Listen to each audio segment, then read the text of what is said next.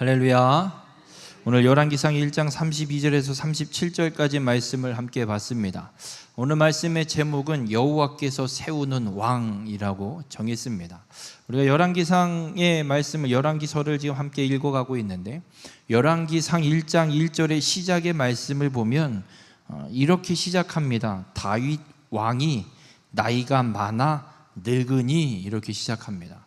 여러분, 열왕기의 시작, 무엇인가 왕들의 역사를 펼쳐가는데 희망이 있기보다 하나님 마음에 합한 왕이었던 다윗 왕이 늙어서 이젠 더 이상 왕으로 통치할 수 없는, 왕으로서의 직임을 감당할 수 없을 만큼 노쇠하여 기력이 쇠하였음을, 오늘 이 말씀이 열왕기의 시작이 되고 있음을 우리에게 보여주고 있습니다.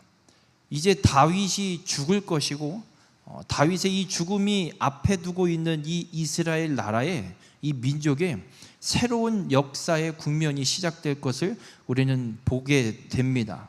이제 다윗 이후 이어서 새로운 왕이 세워져야 할 때인데, 오늘 이 열왕기상 1장에서는 다윗 다음에 세워질 왕이 누구인지, 그 왕이 세워지는 과정의 말씀들이 기록되고 있습니다. 오늘 이 말씀을 통해서 하나님의 백성의 역사는 하나님 주권 아래에 달려 있음을 깨달으시고, 하나님 편의 선자를 통해 하나님께서 그 역사를 이루어 가심을 온전히 확인하셔서, 바라기는 우리 모든 성도님들이 하나님 편의 선자가 되어서 하나님의 역사를 이루는 귀한 축복의 삶이 되시길 주님의 이름으로 축원합니다. 이스라엘이라는 나라는 좀 특이한 나라입니다. 이 나라는 왕이 없었습니다. 오랜 역사, 애굽을 나와서 가나안 땅에 들어오고 가나안 땅을 정복하고 정착하고 살면서 오랜 시간이 흐르지만 왕이 없었습니다. 하나님이 필요할 때에 사사라는 사람을 세워서 이스라엘 백성들, 이스라엘 나라를 구원하시기도 하고, 필요에 의해서 그 사사를 통해서 그때그때 하나님 한 사람을 불러 사용하시고, 그 사건이 끝나면 없어지고, 그런 역사가 반복되게 되어 있었습니다. 그런데 이스라엘 백성들이 주변 나라들을 보니까 주변 나라에는 왕이 있고, 왕이 그 나라를 통치하고, 뭔가 외세의 침략이 있을 때 그 왕이 일어나서 그 왕이 군사들을 일으켜서 나라를 지켜내는 걸 보면서 너무 멋있어 보였나 봅니다. 그래서 이스라엘 백성들도 마지막 사사의 역할을 감당하는 사무엘을 찾아와서 이야기를 합니다. 우리도 좀 왕을 세워주시지요. 주변 나라를 보니 다 왕이 있고 멋있던데 우리는 언제까지 요 모양 요 꼬라지로 살아야 됩니까? 이제 더 이상 우리에게도 이렇게 살 이런 명분이 없습니다. 왕을 우리에게도 세워달라라고 이스라엘 백성들이 사무엘 선지자, 사무엘 사사를 찾아와서 이야기를 합니다.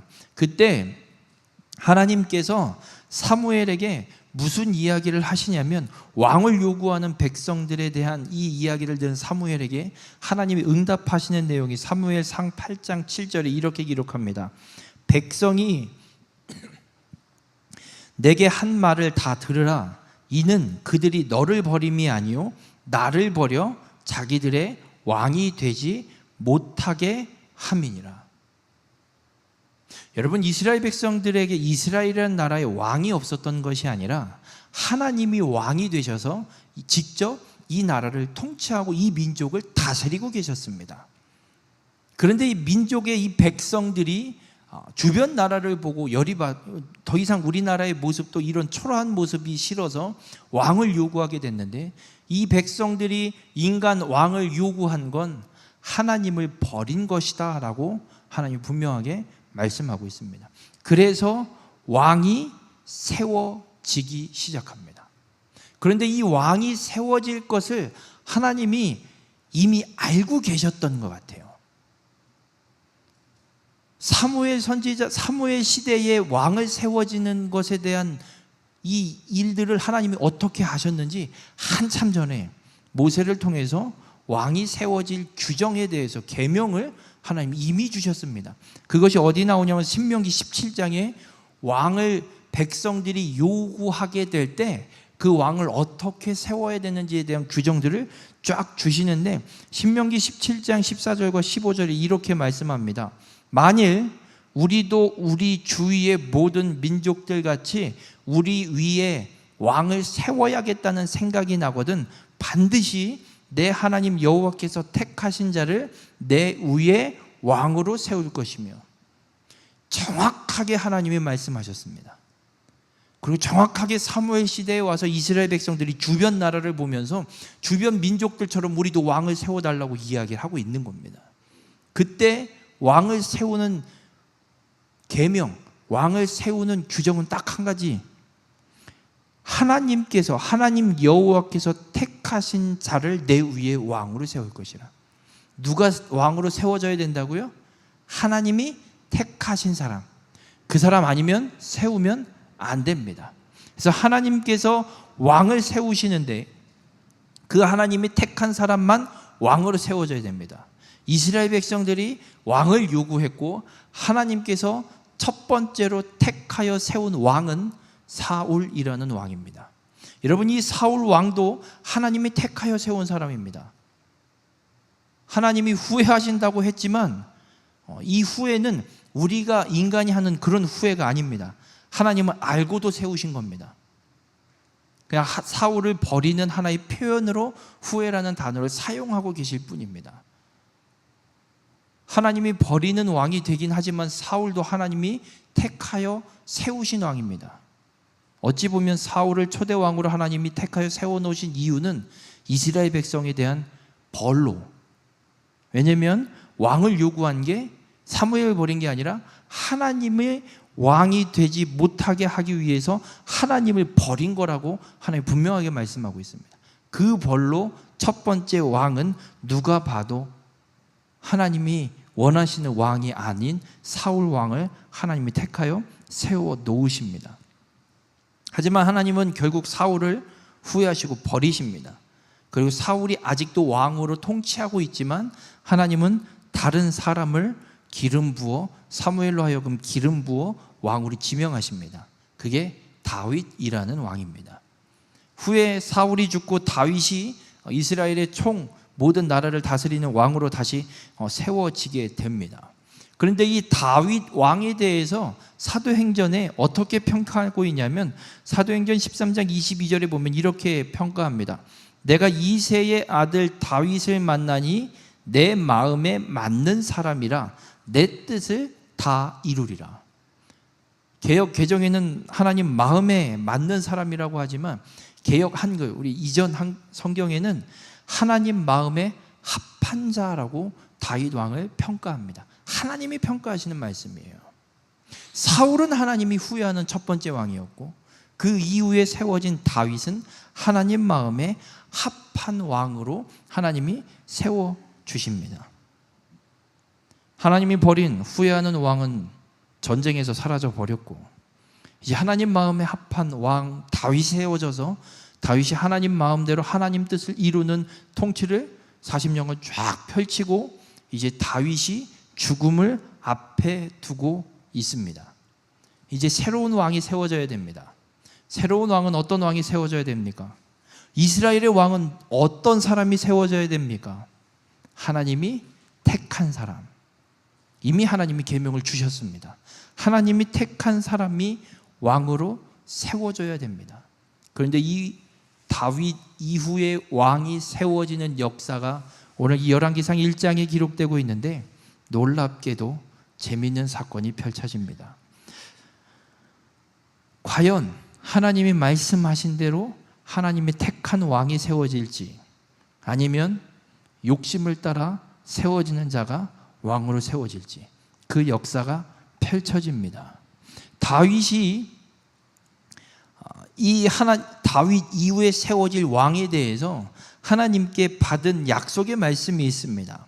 사무엘 하 7장 12절에 보면 다윗이 성전을 건축하고 싶어서 하나님 앞에 나단 선지자를 통해서 하나님 앞에 말씀을 드려요. 하나님의 집을, 하나님의 궤를 모실 하나님을 위한 집을, 성전을 건축하고 싶습니다. 그 이야기를 들은 하나님이 나단 선지자를 통해서 다윗에게 하시는 말씀이 사무엘하 7장 12절에 내 수한이 차서 내 조상들과 함께 누울 때에 내가 내 몸에서 날 내 씨를 내 뒤에 세워 그의 나라를 견고하게 하리라 약속하시면서 그를 통해 하나님의 성전을 건축할 것이다 라고 하나님이 약속하십니다. 그러니까 다윗이 수한이 차서 죽을 때가 되어서 죽게 되면 다윗의 몸에서 날 씨로 그 다음 왕을 이어가게 하실 걸 하나님이 약속하셨어요. 그러면 다윗의 아들들 중에 누군가 한 사람이 왕이 될 겁니다. 그럼 이 이야기를 나단 선지자가 듣고 다윗에게 이야기 전해줬고, 그럼 다윗의 아들들 중에 왕이 될 것이라는 꿈을 꾸는 사람이 생기겠습니까? 안 생기겠습니까? 다윗 아들이 꽤 많거든요. 10명이 넘어요. 그럼 한번 여쭤볼게요. 이 내 날 씨에서 다음 왕을 세워서 그 왕위를 굳게 하시겠다는 하나님의 이 메시지를 나단 선지자를 통해서 다윗 왕이 들었어요. 그러면 이 이야기를 듣는 다윗의 아들들 중에 아버지 아들들 중에 왕이 된다고? 그러면 왕위를 꿈꾸는 사람이 있겠어요? 없겠어요? 누가 꿈꿀 것 같으세요? 첫째가 꿈을 꾸겠어요? 막내가 꿈을 꾸겠어요? 아니, 왕의 자녀들 중에 첫째가 아버지를 이어서 왕을 하겠다라고 꿈을 꾸겠어요? 막내가 내가 왕이 돼야지라고 꿈을 꾸겠냐고요? 첫째가 꿈을 꾸겠죠. 근데 안타깝게도 첫째는 죽었습니다. 이미. 다윗의 첫째 아들이 암논이에요. 암논이 언제 죽냐면 압살롬의 누이 다말이라는 누이 이복 여동생이 너무 예뻐서 꼬셔갖고 불러다가 겁탈하고 버려요. 그 열받아갖고 압살롬이 2년 동안 준비해서 암논을 죽입니다. 그 첫째 아들이 죽었어요. 둘째는 길르압이라는 아들이에요. 근데 이 둘째에 대한 기록은 어디에도 안 나오고 족보 나올 때만 이 길르압이 거론돼요. 그래서 학자들은 이렇게 얘기해요. 어렸을 때 죽지 않았을까? 그래서 거론이 되지 않는 게 아닌가? 족보에만 기록되고. 그러면 이제 셋째가 이어가는 거죠. 셋째는 누구냐면 압살롬이에요. 압살롬이 암논을 죽였다가 도망갔다가 돌아와서 준비해서 반역을 일으켜서 다윗을 예루살렘에서 쫓아내는 사건이 있었어요. 그 반역을 모의했던 그 사건 때에 압살롬도 죽어요. 그럼 이제 누가 등장해요? 몇째가 등장해요? 넷째가 누구냐면 아도니아라는 사람이에요. 오늘 읽진 않았지만 열왕기상 1장 5절부터 아도니아가 어떤 준비를 하냐면 열왕기상 1장 5절에 그때에 이제 다윗이 더 이상 왕으로서 통치할 수 없는 왕의 직임을 감당할 수 없을 정도로 노쇠한 그때에 핫깃의 아들 아도니아가 스스로 높여서 이르기를 내가 왕이 되리라. 넷째, 자기 우위를 세 형들이 다 없거든요 지금. 그러니까 실질적인 첫째는 지금 누구예요? 아도니아예요. 그러니까 아도니아가 스스로 왕이 돼야겠다라고 선언을 하고 왕이 되기 위한 준비를 해요. 스스로 왕이 되기 위해 준비하는 근거가 있어요. 그냥 하는 게 아니에요. 아도니아도 그냥 왕이 되겠다고 설치는 게 아니에요. 다 근거가 있어요. 6절, 열왕기상 1장 6절에 보면 그는 압살롬 다음에 태어난 자요. 그러니까 이제 위로 아들이 하나도 없고 세 아들 다 죽었고 셋째 압살롬 다음으로 넷째로 태어난 사람이고 용모가 심히 준수한 자라 그의 아버지가 네가 어찌하여 그리하였느냐라고 하는 말로 한 번도 그를 섭섭하게 한 일이 없다라고 기록해요. 압살롬은 한 아버지 다윗을 반역했던 놈이에요. 근데 이 아도니아는 아버지를 한 번도 반역한 적도 없고 야, 너 엄마 왜 이렇게 했어? 라고 혼난 적도 한 번도 없었던 아들.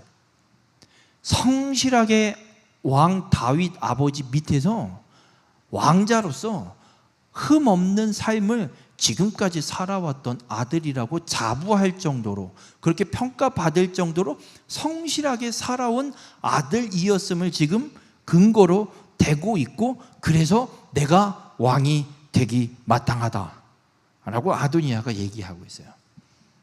다시 한번 여쭤볼게요. 이스라엘의 왕은 누가 택한 자가 세워져야 된다고요? 하나님이 택한 자. 지금 아도니아가 왕이 되기 위해서 이야기하고 있는 이 내용 속에 하나님이 등장합니까? 하나님은 있지도 않습니다. 그렇게 왕이 되기 위해 아도니아가 준비하고 있는데 아도니아를 돕는 사람들이 생깁니다. 열왕기상 1장 7절에 보면 아도니아가 수루야의 아들 요압과 제사장 아비아달과 모의하니 그들이 따르고 도우나. 그러니까 수루야의 아들 요압은 다윗의 장수예요. 압살롬을 쳐 죽였던 장수. 그러니까 군대 장수, 군대 장관급 되는 사람이에요. 이 사람이 아도니아를 돕고 있고요. 또 한 사람은 제사장 아비아달도 이 아도니아를 돕습니다. 그래서 함께 모여서 작전을 짜는 거예요. 이렇게 해서 아도니아, 당신이 왕이 되어야 합니다. 아마 이 둘도 아도니아가 왕이 되면 한 자리 차지할 걸 또 생각하고 있을지도 모르겠습니다. 그렇게 모의를 하기 시작합니다. 아도니아, 요압, 아비아달이 모여서 아도니아를 왕으로 세우기 위한 모의를 시작합니다. 그리고 준비하고 있습니다. 이 소식을, 이 상황을 듣는 사람이 누구냐면 선지자 나단이 이 상황을 알게 되고 솔로몬의 어머니인 밧세바를 찾아가서 이야기합니다. 지금 아도니아가 이렇게 왕이 되려고 준비하고 있는데 당신 가만히 있으면 안 됩니다. 다윗 왕에게 들어가서 2차 저차 상황 설명하고 다음 왕이 누구인지 명확하게 지명하고 죽으시라고 가서 얘기하라고. 그래서 밧세바가 다윗을 찾아 들어가서 이야기를 합니다. 열왕기상 1장 13절에 보면 내 주 왕이여, 전에 왕이 여종에게 맹세하여 이르시기를 내 아들 솔로몬이 반드시 나를 이어 왕이 되어 내 왕위에 앉으리라 하지 아니하셨나이까? 나한테 전에 이렇게 약속해놓고 왜 지금 아도니아가 저기 지가 왕이 되겠다고 저러고 설치고 준비하게 내버려두고 있는 거예요? 와서 따져 묻는 격인 거예요. 다윗도 모르죠. 지금 그 상황이 어떻게 벌어지고 있는지. 침대에 누워있는데 아도니아가 뭘 하고 있는지 어떻게 알겠어요? 밧세바가 다윗을 찾아가서 이 이야기를 하면서 지금 아도니아가 설치고 있는데 당신이 빨랑 이거 문제 매듭 짓고 그러고 죽으라고 지금 뭐 하고 있는 거냐고 묻습니다. 이야기를 합니다. 이때 뒤따라서 나단 선지자도 들어와서 말을 거들어요. 왕께서 전에 이야기하신 분명한 내용들이 있는데 지금 상황이 아도니아도 설치고 있고 아도니아가 왕이 되겠다고 준비하고 있고 나단 선지자는 확실하게 못을 박는 거예요. 왕이시여, 아도니아예요, 솔로몬이에요?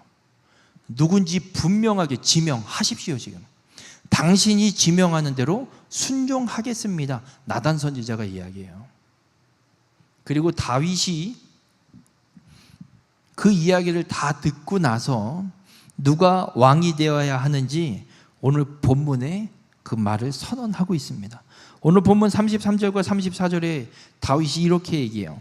왕이 그들에게 이르되 너희는 너희 주의 신하들을 데리고 내 아들 솔로몬을 내 노새에 태우고 기온으로 인도하여 내려가고 거기서 제사장 사독과 선지자 나단은 그에게 기름을 부어 이스라엘 왕으로 삼으라고 명령합니다. 다윗이 명확하게 교통정리를 다 하고 솔로몬에게 기름 부어 이스라엘의 왕으로 삼으라고 명령합니다.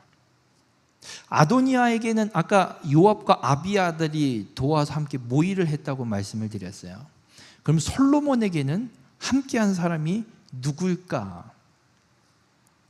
아도니아에게 함께한 사람은 군대 장관 요압과 제사장 아비아달이었고, 솔로몬을 이스라엘 왕으로 세우는데 함께하는 사람은 제사장 사독, 그리고 선지자 나단, 그리고 다윗의 호위 대장인 분하야가 함께합니다. 솔로몬에게도 제사장이라는 사람 사독이 함께하고요, 군 장관, 장수인 분하야도 함께합니다. 이건 아도니아와 똑같습니다. 근데 솔로몬에게는 한 사람이 더 붙습니다. 선지자 나단이 함께합니다. 그럼 이 선지자가 어떤 사람이냐라는 거예요. 왜 선지자가 함께한 솔로몬이 왕이 되고 선지자가 함께하지 않은 아도니아는 왕이 되지 못하는가? 선지자에 대한 규정, 계명을, 율법을 하나님이 신명기 18장에 말씀하시는데, 신명기 18장 18절에 보면 선지자에 대해서 이렇게 말씀합니다. 내가 그들의 형제 중에서 너와 같은 선지자 하나를 그들을 위하여 일으키고 내 말을 그 입에 두리니 내가 그에게 명령하는 것을 그가 무리에게 다 말하리라. 선지자는 하나님의 말을 입에 담는 사람이 선지자예요. 막 떠든다고 선지자가 아니에요. 하나님이 주시는 말씀을 입에 담고 살아가는 사람이 선지자고, 그렇게 하나님이 명령한 걸 이스라엘 백성 모든 사람들에게 그대로 다 전하는 사람이 선지자입니다. 그러면 지금 이스라엘의 왕이 세워지는데 선지자가 함께 한다라는 말은 하나님의 말씀이 그 사람에게 함께 있고 하나님께서 전하게 하는 명령이 그 선지자를 통해 선포되고 있다는 얘기입니다. 그럼 이스라엘의 왕은 누가 택한 사람이 왕이 돼야 된다고요? 하나님이 택한 사람. 선지자가 솔로몬과 함께하고 있다는 이야기는 하나님께서 솔로몬을 다윗 다음의 왕으로 선택하셨다는 의미와 같습니다. 아도니아에게는 선지자가 있었습니까? 없었습니다. 아도니아는 지욕심으로 자기가 왕이 되보겠다고 자기 힘으로 설치고 있는 사람이고, 하나님께서 택하여서 하나님이 세우고 있는 사람은 솔로몬, 선지자 나단이 함께하고 있는 솔로몬입니다. 여러분, 나단 선지자가 왜 아도니아가 왕을 되기 위해서 준비하고 있을 때 밧세바를 찾아가서 다윗을 찾아가 이 왕의 자리에 교통정리해달라고 이야기한 이유가 있습니다. 이 나단 선지자가 괜히 솔로몬에게 빌부터 이런 개념이 아닙니다. 나단 선지자가 솔로몬을 왕을 세우는 일에 힘쓰고 있는 분명한 이유가 있습니다. 역대상 22장 9절에서 10절에 보면, 역대상 22장에도 다윗이 하나님 앞에 성전을 건축하겠다고 결단하고 이 준비하기 위해서 나단 선지자에게 이야기했던 그 사건이 동일하게 기록하고 있습니다. 열왕기 사무엘 하에서는 하나님께서 누구를 왕으로 세우실지 지명하진 않았습니다. 그냥 내 몸에서 날 내 씨로 그 뒤를 이어 왕을 세우겠다고 하셨는데, 역대상 22장 9절과 10절에는 하나님이 정확하게 지명합니다. 누군지. 보라, 한 아들이 내게서 나리니 그는 온순한 사람이라 내가 그로 주변 모든 대적에게서 평온을 얻게 하리라. 그의 이름을 솔로몬이라 하리니 이는 내가 그의 생전에 평안과 안일함을 이스라엘에게 줄 것임이라. 그가 내 이름을 위하여 성전을 건축할지라. 그는 내 아들이 되고 나는 그의 아버지가 되어 그 나라 왕위를 이스라엘 위에 굳게 세워 영원까지 이르게 하리라. 역대상에서 하나님이 명확하게 지명하십니다. 솔로몬을 이스라엘 위에 왕위를 세워서 굳게 하시겠다고 분명하게 약속합니다. 이 말을 누가 전하겠습니까? 선지자 나단이 전합니다. 선지자 나단은 알고 있어요. 다윗 다음으로 누가 왕이 될지. 나단 선지자는 뭔가 이익을 얻기 위해서 다음 왕으로 세워질 솔로몬에게 빌붙고 있는 게 아닙니다. 하나님의 말씀이 나단 선지자에게 주어졌습니다. 다윗 다음 왕 솔로몬. 나단 선지자는 그 일을, 그 말씀을 전하고 그 명령을 이스라엘 백성들에게 전해서 지키게 해야 합니다. 그래서 지금 밧세바를 찾아가서 솔로몬을 왕으로 세우는, 하나님이 선택한 자를 왕으로 세우는 일에 나단 선지자가 쓰임받고 있고 그 일에 사명을 감당하고 있을 뿐입니다. 여러분, 우리 열왕기상 1장에는 다윗 다음으로 세워질 왕이 누구인지를 분명하게 보여주고 있습니다. 네, 아도니아에 대한 이야기 지워버리고 솔로몬이 왕으로 되는 거, 그 과정만 써놔도 아무런 문제가 안 됩니다. 그러나 하나님은 이 아도니아의 사건까지 기록해 하시고 우리로 하여금 그 말씀을 읽게 하십니다. 누가 왕이 되느냐? 하나님이 택한 자가 누구냐? 하나님의 말씀을 갖고 살아가는 자, 하나님의 말씀을 붙들고 살아가는 자가 하나님이 선택하여 세운 왕이 되고 그 자가 하나님이 택한 자임을 우리에게 말씀하고 있습니다. 여러분, 이 열왕기서는 누구에게 쓴 성경이라고 말씀을 드렸었죠? 나라가 망해서 바벨론으로 포로로 끌려간 자, 나라 망해서 포로로 살고 있는 사람들한테 지금 다윗 다음으로 왕이 누가 세워지는 얘기가 뭐가 그렇게 중요해요? 나라가 망해버렸는데 지금. 그럼 그 메시지가 분명히 있는 거죠. 너희들이 기억하고 있는 이 나라, 이스라엘, 너희들의 그 나라, 가장 호황기를 누렸던 엄청난 부귀와 영화와 그 엄청난 이 강건했던 나라가 세워졌을 때의 왕을 내가 어떻게 세워놨는 줄 아느냐? 라고 하나님은 지금 말씀하는 거예요. 너희의 그 나라가 가장 부강한 나라로 세워졌었던 그때 그 왕이 어떻게 세워졌는 줄 아느냐? 하나님의 말씀을 붙잡고 그 말씀대로 순종하고 하나님의 택한 자가 왕으로 세워졌을 때 그 나라가 가장 부강한 나라였다라고 말씀하고 있습니다.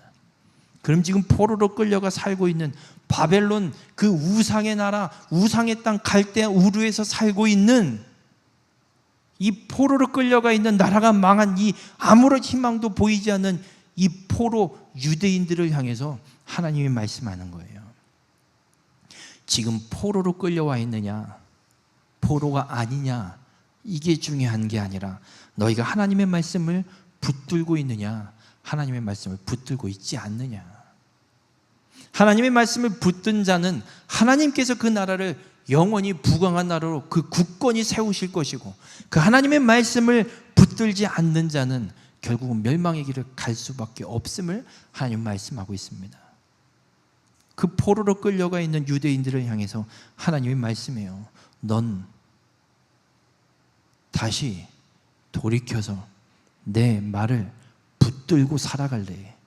아니면 끝까지 버려서 그냥 끝까지 멸망의 길로 걸어갈 것이냐? 우리 모든 성도님들, 우리도 이 땅을 밟고 살아가고 있습니다. 우리 이 땅에서 살아가고 있습니다. 세상 속에서 살아가고 있습니다. 하나님 나라라는 뭔가 이 세상과 전혀 별개의 뭔가 이 다른 공간에서 살고 있는 사람들 절대 아닙니다. 우리는 이 세상 속에 이 땅을 밟고 세상과 부딪히고 세상에 섞여서 살아가고 있는 하나님의 백성들입니다. 그런데 하나님은 오늘 말씀을 통해서 우리에게 분명하게 물으십니다. 그 세상 속에서 무엇을 붙들고 살아갈 거냐? 하나님의 말씀을 붙들고 살아갈 거냐? 그냥 그 세상 속에 섞여서 내 힘으로 살아갈 것이냐? 내 힘으로 어떻게 해보려고 했던 아도니아는 왕이 되지 못하고 결국은 죽음을 맞이하게 됩니다. 그러나 하나님의 말씀을 붙들고 있는 솔로몬은 아무것도 하지 않지만 결국은 하나님이 택한 자이기에 하나님이 이스라엘의 왕으로 세워 놓으시는 놀라운 역사가 이루어지고 있는 걸 보게 됩니다. 바라기는 우리 모든 성도님들, 하나님의 말씀을 붙드는 자가 되시길 주님의 이름으로 축원합니다. 하나님의 말씀을 붙든 자가 하나님의 역사를 이루고 하나님의 약속을 성취하는 삶이 됩니다. 여러분 모두가 세상 속에 살아가고 있지만 내 힘으로 세상에 살아보려고 애쓰는 자가 아니라 하나님의 말씀을 붙들고 하나님의 인도하심을 따라 순종하는 자가 되셔서 하나님이 이루시는, 하나님이 성취하시는 그 역사를 이루어가는 일에 온전히 쓰임받는 그런 믿음의 성도님들이 되시길 주님의 이름으로 축원합니다. 그렇게 하나님이 선택한, 하나님이 택한 솔로몬이 기온으로 내려가서 아버지 다윗 왕의 노새를 타고 기온으로 내려가서 기름 부음을 받고 다시 성으로 돌아와 다윗 왕이 앉았던 왕좌에 솔로몬이 가서 앉습니다. 이 광경을 본 다윗이 어떤 고백을 하냐면 열왕기상 1장 48절에 이렇게 기록합니다. 이스라엘의 하나님 여호와를 찬송하리로다. 자신의 아들, 하나님이 약속하신 대로, 말씀하신 대로 자기를 이어 왕좌에 앉아있는 솔로몬을 보면서 다윗은 이스라엘 하나님 여호와를 찬송해요.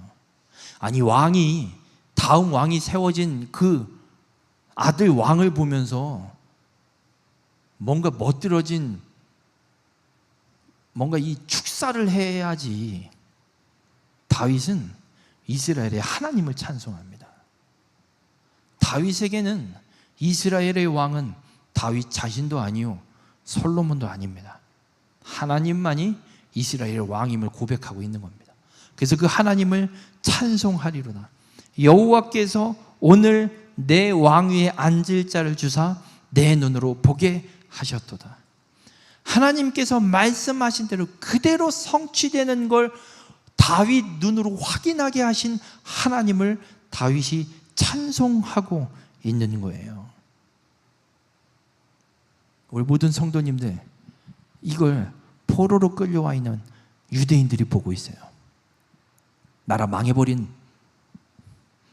망해버린, 더 이상 희망도 보이지 않는 그 백성들을 향해서 왕위를 이어놓는 걸 보고 찬송하는 다윗의 이 찬송의 모습을 이들에게 전하는 하나님의 말씀. 나라는 망해버렸는데, 포로로 끌려와 있는데 이게 도대체 뭐라고, 왜 이걸 읽게 하실까? 여러분, 이 시대가 악해져 가고 있습니다. 하나님의 말씀이 무시되고 있고요, 거짓 교사들, 이단들은 판을 치고 있고요, 어디 가서 성경을 이해하게 하면 너나 잘하세요, 고리타분한 얘기 그만하세요, 이런 시대가 돼버리고 있는 이런 세상 속에 우리는 힘겹게 믿음을 지키며 살아갈 수밖에 없는 시대 속에 하나님은 우리에게 다윗이 하나님을 찬송하는, 찬양하는 이 고백을 보게 하십니다. 우리 모든 성도님들, 분명한 건 한 가지, 하나님이 말씀하신 이 말씀은 1.1획도 땅에 떨어지지 않고 그대로 모두 다 성취됩니다. 여러분이 안 믿어도 성취됩니다. 제가 이 말씀을 전하지 않아도 성취됩니다. 세상 사람들이 다 하나님의 말씀을 무시하고 버려도 하나님의 말씀은 그대로 다 성취됩니다. 중요한 건 그 말씀을 붙들고 살아가야 한다는 겁니다. 우리가 하나님의 이 말씀을 붙들고 살아가고 있다면 여러분, 하나님을 찬송하십시오. 이 말씀대로 하나하나 성취해 가시는 하나님을 찬송하십시오. 하나님의 말씀을 붙들고 하나님을 찬송하며 살아가는 자가 하나님이 택하시는 자입니다. 하나님이 택하신 자가 하나님의 약속을 이루는 일에 쓰임받는 자입니다. 바라기는 우리 모든 성도님들이 하나님의 말씀을 붙들어서 하나님께 쓰임받는, 하나님의 약속을 성취하는 일에 사용되는 하나님 마음에 맞는 자가 되시길 주님의 이름으로 축원합니다. 우리 모든 성도님들, 이 땅에서 삶을 살아갈 때 여러분의 힘을 의지하지 마십시오. 여러분이 갖고 있는 걸 의지하지 마십시오. 우리가 의지할 건, 우리가 붙들 건 하나님의 말씀밖에 없고 하나님만 붙들어야 합니다. 우리 모든 성도님들이 하나님의 말씀을 붙들고 하나님만 의지하는 자가 돼서 하나님의 말씀이 성취되는 걸 하나하나 목격하고 그 하나님의 말씀이 성취됨을 증거하는 귀한 축복의 삶이 되시길 바랍니다. 어떠한 상황이 여러분 앞에 펼쳐져도, 죽음의 위기가 내 앞에 펼쳐져도, 견딜 수 없는 고통과 고난이 내 앞에 펼쳐져도 하나님의 말씀을 붙드시길 바랍니다. 그리고 하나님의 말씀이 성취됨을 보면서 그 말씀을 성취하시는 하나님을 언제나 찬송하며 살아가는 하나님의 역사를 이루어가는 우리 모든 성도님들이 되시길 주님의 이름으로 축원합니다. 기도하시겠습니다. 사랑의 주님, 오늘 이 말씀을 통해 깨닫게 하여 주시니 감사를 드립니다. 다윗은 나이가 들어 죽음을 앞에 두고 하나님의 말씀과 약속대로 그 다음에 세워져야 할 왕이 누군지를 분명하게 정리하게 하시는 것, 그러나 그 모든 과정이 하나님이 말씀하신 것, 하나님이 약속하신 대로 모든 일들이 성취되어지고 그 하나님을 찬송하는 다윗을 하나님 오늘 만나게 하시니 감사를 드립니다. 우리의 삶 또한 오늘 이 말씀처럼 하나님의 말씀을 붙들고 하나님만 의지함으로 하나님의 놀라운 일들을 온전히 이루어가는 귀한 믿음의 삶이 되게 인도하여 주시옵소서. 우리의 삶의 형편이 어떠한 고난과 역경 혹은 죽음의 위기가 올지라도 우리가 붙들어야 할 하나님의 말씀임을 온전히 기억하게 하시고 그 하나님만을 온전히 붙들고 하나님만을 온전히 의지함으로 우리의 삶 속에 역사하시고 성취하시는 하나님을 찬송하는, 하나님을 찬양하는 믿음의 삶이 될 수 있도록 우리 가운데 함께하여 주시옵소서. 어떤 상황 속에서도 하나님만 의지함으로 하나님의 그 약속을 성취하는 일에 쓰임받는 귀한 축복의 삶이 될 수 있도록 우리 가운데 함께하여 주시옵소서. 이 모든 말씀 예수님의 이름으로 기도드렸습니다. 아멘.